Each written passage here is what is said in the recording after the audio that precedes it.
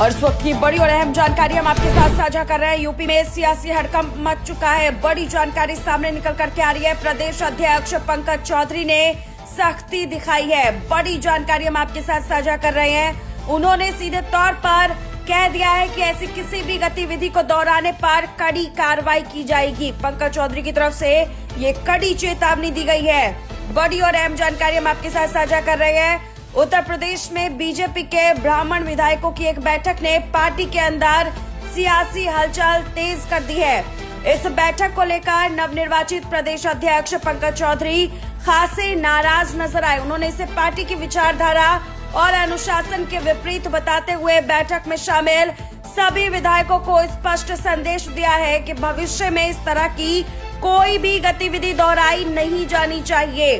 तो बड़ी अपडेट सामने निकल करके आ रही है, जहां पर बीजेपी के ब्राह्मण विधायकों की बैठक को लेकर के अब सियासी तापमान हाई हो चुका है। और इस बीच में पंकज चौधरी ने कड़ी चेतावनी दे दी है।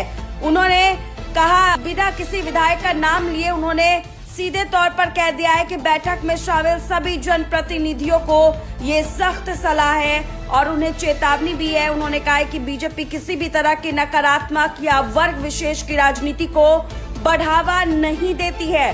पार्टी की पहचान विचारधारा, सिद्धांत और समावेशी राजनीति से है, न कि किसी परिवार या समाज विशेष के आधार पर है। इसी के साथ ही प्रदेश अध्यक्ष ने साफ शब्दों में कहा है कि बीजेपी अपने संविधान और आदर्शों से समझौता नहीं कर सकती। उन्होंने विधायकों को आगाह किया है कि इस तरह की गतिविधियां समाज में गलत संदेश देती है और पार्टी की सर्वसमावेशी छवि को नुकसान पहुंचाती है। भविष्य में यदि किसी भी जनप्रतिनिधि ने ऐसा किया तो इसे अनुशासनहीनता माना जाएगा।